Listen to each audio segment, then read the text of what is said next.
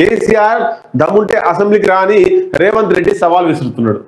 అసెంబ్లీకి రావడం తెలుసు, ఆయనే ఫామ్ హౌస్ వదిలిపెట్టి బయటికి రాడు అని తెలుసు. అయినా అసెంబ్లీకి రా అంటే రమ్మంటే కూడా రాలేదు, నా ఛాలెంజ్ స్వీకరించలేదు, అసెంబ్లీకి వచ్చే మాట్లాడే దమ్ము ధైర్యం కేసీఆర్ కు లేకుండా పోయింది, నా ఎదురుగా కూర్చుండేటువంటి దమ్ము ధైర్యం లేకుండా పోయింది అని చెప్పుకోవడం కోసమే ఈ మాట రేవంత్ రెడ్డి అంటున్నాడు. మరి వాస్తవంగా ఎందుకు రావడం లేదంటే గతంలోనే మనం చెప్పినాం, కేసీఆర్ ఆరోగ్యం బాగా లేదు, ఫామ్ హౌస్ కే పరిమితమై ఉంటాడు. 2 నెలలకు 3 నెలలకు 6 నెలలకు సంవత్సరానికి ఒక్కసారి పులి ఇట్లా బయటకు వచ్చి పోతుంది అంతే, ఇలా చూసి పోతుంది. అంటే మనమనే మాట కాదు, పులి వచ్చింది అంటారు. వరంగల్ బహిరంగ సభలో ఇక ఫామ్ హౌస్ వదిలిపెట్టేసి పులి వచ్చింది, ఇక తెల్లారి నుంచి వెళ్ళి తెలంగాణ రాష్ట్రంలో ఆగమాగం చేస్తారు, ఆందోళనలు చేస్తారు, ప్రజా వ్యతిరేక ఉద్యమాలు నడుస్తాయి, ప్రజలకు అనుకూలంగా ఉద్యమాలు నడుస్తాయి, ప్రభుత్వ వ్యతిరేక ఉద్యమాలు నడుస్తాయి అనేటువంటిది బీఆర్ఎస్ శ్రేణులు బాగా చెప్పారు. ఫామ్ హౌస్కి వెళ్ళి వచ్చిండు, 25 సంవత్సరాల వసంతాల సభ వరంగల్లో పెట్టిర్రు, మాట్లాడిండు, పోయిండు, అంతే, మళ్ళా బయటికి రాలే. ఎందుకు అంటే మనం కించపరచడానికి చెప్పేది కాదు, కానీ ఆరోగ్యం నిజంగా బాగలేదు, ఎక్కువ బయట తిరగకూడదు, ఏజ్ మీద పడింది, ఆరోగ్యం బాగలేదు కాబట్టి ఎక్కువ రిస్క్ తీసుకునేటువంటి అంశాలను కేసీఆర్ పోడు. అసెంబ్లీకి పోయి బాగా ఆలోచించి ఆ విధానాల మీద, ప్రభుత్వం చేస్తున్నటువంటి విధానాల మీద మాట్లాడాలి, ప్రజలకు ఏం చేస్తుందో మాట్లాడాలి, మైండ్కు స్ట్రెస్ అవుతుంది, శరీరానికి బాడీకి కూడా స్ట్రెస్ అవుతుంది, కాబట్టి అట్లాంటి చర్యలు తీసుకుంటే కొంత ప్రాణానికి ప్రమాదం అని చెప్పేసి డాక్టర్లు సలహాలు ఇవ్వడం ద్వారా పోవడం లేదు అసెంబ్లీకి.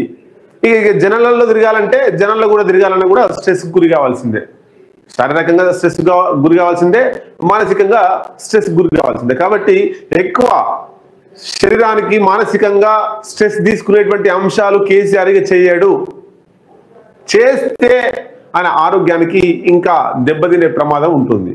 కాబట్టి ఎట్లాగో రావడం తెలుసు రేవంత్ రెడ్డికి, అసెంబ్లీకి రాడు, గతంలో ఒకసారి వచ్చిపోయింది, ఎందుకంటే శాసనసభ సభ్యత్వం రద్దు అవుతుంది, ఎమ్మెల్యే పదవి పోతుందేమో అనే ఉద్దేశంతో ఒకసారి వచ్చిండు, అట్లా వచ్చి వెళ్ళిపోయాడు అంతే. ఇక కేసీఆర్ ప్రజా ఉద్యమాలలో ఉండడు, కేసీఆర్ ప్రజా ఉద్యమాలలో ఉండడు, ప్రజా ఉద్యమాలు చేయడు. కేటీఆర్కి అప్పచెప్పిండు మొత్తం, హరీష్ రావుకు కేటీఆర్కు, ఇక రేపు మాపో అలా బిడ్డను కూర్చోబెట్టి పంచాయతీ దింపి అలా బిడ్డకు కూడా అప్పచెప్తాడు.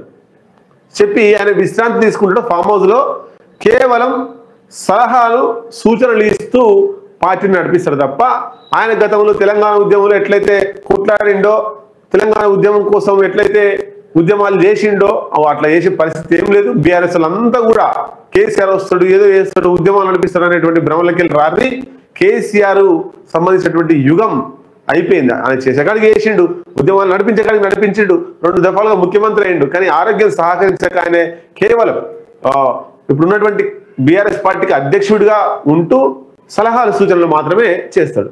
ఏదో ఒకటి మంచి బహిరంగ సభనో ఏదో ఒకటి ఉత్తేజం చేకూర్చడం కోసం సంవత్సరానికో 6 నెలలకో ఏదో ఒక మీటింగ్కి వచ్చి సీట్లు ఊపి ఇట్లా అని పోతుంటాడు అన్నట్టు, ఇట్లా అంతే కేసీఆర్ చేసేది అంతే ఉంటుంది. రైట్. ఇక నువ్వు తొడగొట్టిన రేవంత్ రెడ్డి, కేసీఆర్ రావాలని తొడగొట్టినా, ఇంకేం కొట్టినా, ఏం చేసినా, వినయ్ ఏం చేసినా రాలేని పరిస్థితి ఉంటుంది. ఇట్లా కేసీఆర్కి సంబంధించి అనేక అంశాలు ఆ హెల్త్ విషయంలో ఇబ్బంది జరుగుతూ ఉంది. ఎందుకది సైలెంట్ మూవ్ పెట్టారు కదా. రైట్.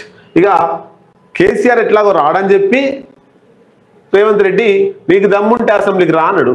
పాపం పానమే బాగలేదు, అసెంబ్లీకి ఎట్లా వస్తాడు?